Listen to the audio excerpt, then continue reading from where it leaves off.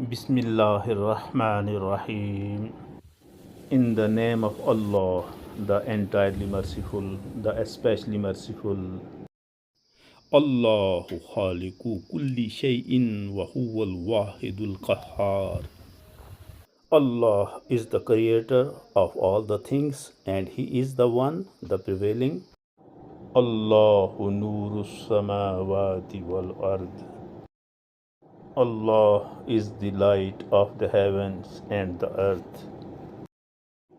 Allah subhanahu wa ta'ala has created everything on this earth, in the sky, and in the entire universe.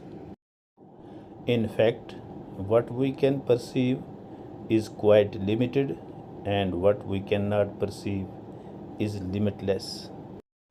Similarly, what we know is quite less, and what we don't know is beyond our thoughts.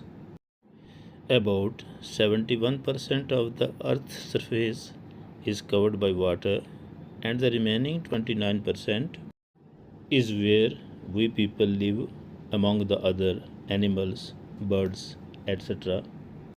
Therefore, the water covers well over two-thirds of the entire Earth's surface. The water is the prime source of the life after air of all the living beings. There are oceans, seas, lakes, rivers, streams, ponds, canals, and springs on the crust of this earth. All these have many characteristics of their own and add to the beauty of this beautiful earth. But as far as waterfalls are concerned, they attract to the eyes of the human beings more than all other water resources. A waterfall or a cascade is an exclusive water body falling from the top of the rock, spreading a glittering scene primarily in a sunny day that cannot be narrated in the words, because this is an unspeakable creation of the nature.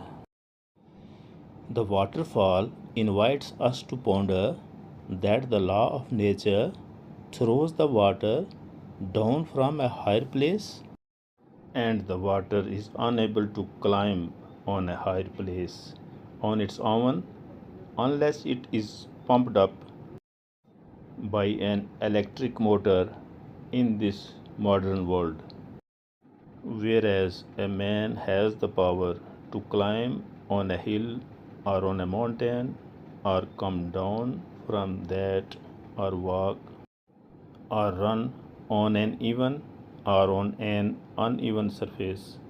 Apart from that, the man has the power of thinking whether to take an active, adventurous way of life or just pass on with the time as a passive living being.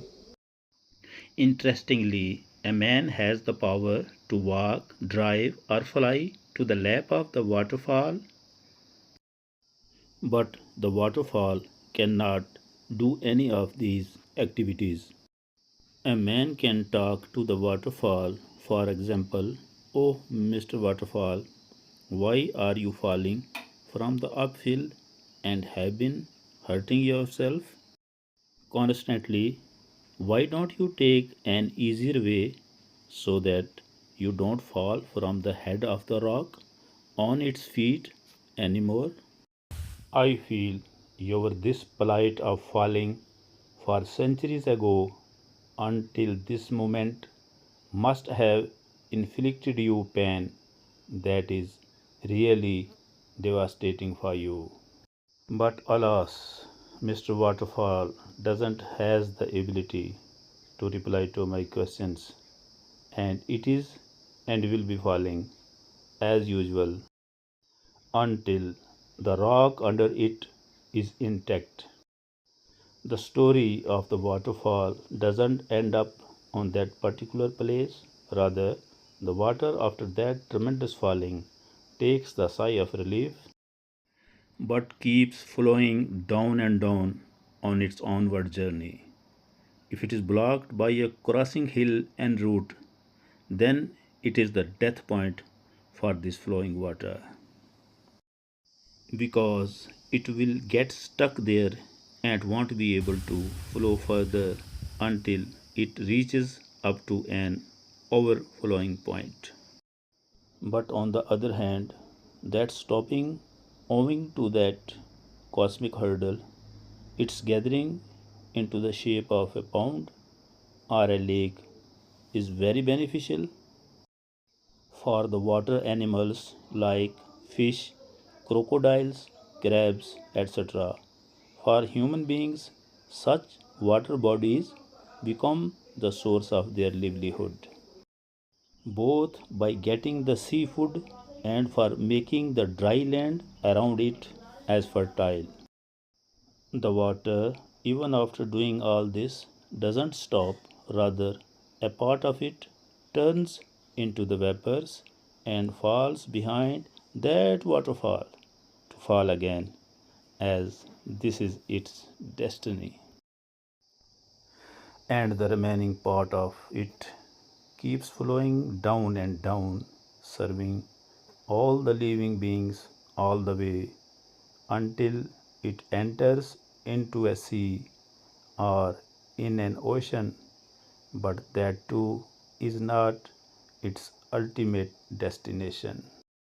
In short, it is an accepted truth that all human beings and all other living beings are always dependent on water. The water is not less than nectar for them, because the water gives them life. Even the earth itself is dead without the water. The rainwater bestows life to the dry earth, and it gets green and fresh only by dint of the water. Therefore, the water, be it passing through a cascade or flowing in the river or rising in the shape of the tides in the ocean, is really the only source of life, and it acknowledges the glory of the Creator, the Khaliq, who is Ahsanul Khaliqin.